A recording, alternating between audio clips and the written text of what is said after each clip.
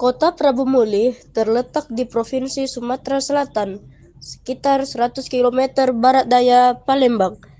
Kota ini memiliki sumber daya alam berupa minyak bumi, nanas, karet, kelapa sawit, dan kelapa. Kota Prabu Muli merupakan salah satu daerah penghasil tambang minyak bumi yang potensial. Diperkirakan ada 250 juta baril minyak bumi yang siap diolah di wilayah ini. Kota Prabu Muli juga dikenal sebagai kota nanas, karena nanas menjadi komoditas andalannya. Nanas asal Prabu Muli memiliki rasa yang manis dan unik. Luas lahan panen nanas di kota ini mencapai 18.110 hektar. Selain nanas, di kota Prabu Muli juga diusahakan perkebunan rakyat berupa karet, kelapa sawit, dan kelapa. Selain itu, kota Prabu Muli juga memiliki kondisi geografis dan iklim. Terletak di dataran rendah, jenis tanahnya berlapis aluvial, liat, dan berpasir. Iklim tropis basah dengan suhu rata-rata 27 Celcius dan curah hujan 204.045 meter. Pola musimnya berganti setiap setengah tahun, yaitu pada periode April hingga Mei dan Oktober hingga November. Mata pencaharian di Kota Prabu Muli, Sumatera Selatan meliputi pertanian, perkebunan, dan pertambangan. Pertanian Kota Prabu Muli memiliki lahan yang digunakan untuk menanam padi sawah, padi ladang, palawija, sayur-sayuran, dan buah-buahan. Kota Prabu Muli dikenal sebagai kota nanas karena nanasnya yang manis dan terkenal di Indonesia. Perkebunan rakyat di Kota Prabu Muli meliputi karet, kelapa sawit, dan kelapa karet. Merupakan perkebunan yang paling menonjol di Kota Prabu Muli. Pertambangan Kota Prabu Muli juga menghasilkan minyak bumi dan gas alam.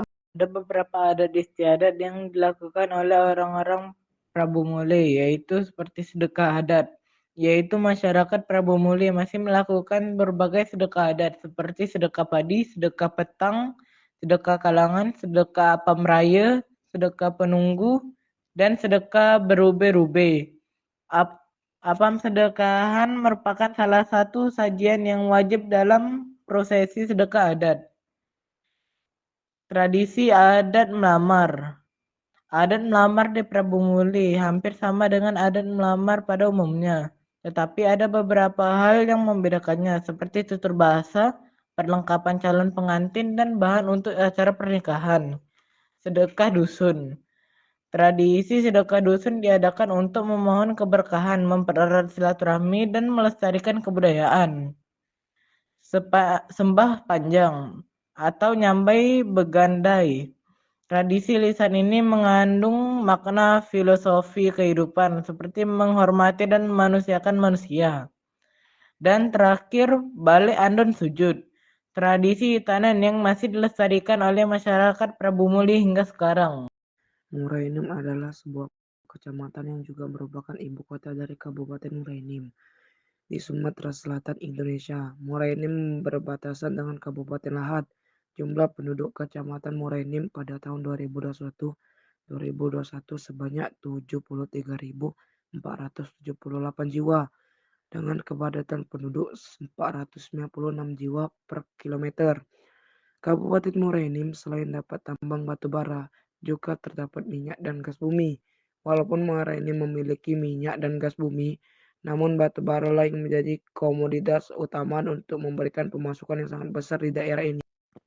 Mata pencaharian warga Muara Enim. Pertama, ada pertambangan. Sektor pertambangan merupakan salah satu sektor utama dalam perekonomian Kabupaten Muara Enim, terutama untuk komoditas minyak, gas, dan batu bara. Kedua, ada pertanian. Di Desa Pagar Agung, Kecamatan Semende Darat Laut, mata pencaharian utama penduduknya adalah pertanian, terutama untuk komoditas perkebunan kopi dan sawah. Lalu yang terakhir ada budidaya tanaman. Selain padi, Kabupaten Muara Enim juga memiliki potensi untuk mengembangkan tanaman palawijaya, sayuran, dan buah-buahan. Beberapa kearifan lokal di Muara Enim, Sumatera Selatan.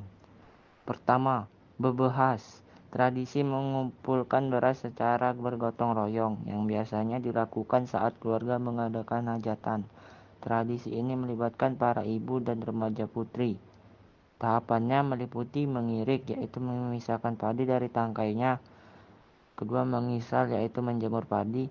Ketiga, menumbuk padi menggunakan lesung. Keempat, menampilkan biji padi ke dalam isaram, yaitu alat yang terbuat dari balok kayu. Yang ketiga, membawa hasil panen padi ke tuan rumah yang akan mengadakan hajatan. Yang ketiga, makan behidang. Tradisi makan bersama secara berkelompok dengan duduk bersila di lantai. Tradisi ini biasanya dilakukan pada acara kendurian, pernikahan, dan acara hajatan lainnya. Yang ketiga, melemang, yaitu tradisi leluhur yang masih dipertahankan sampai saat ini. Yang keempat, nerime mangian, tradisi menyambut keluarga baru yang dilakukan oleh masyarakat Rambang. Yang kelima, kidah-kidahan, yaitu tradisi pertunangan cilik yang dilakukan dengan membawa barang seserahan ke rumah perempuan.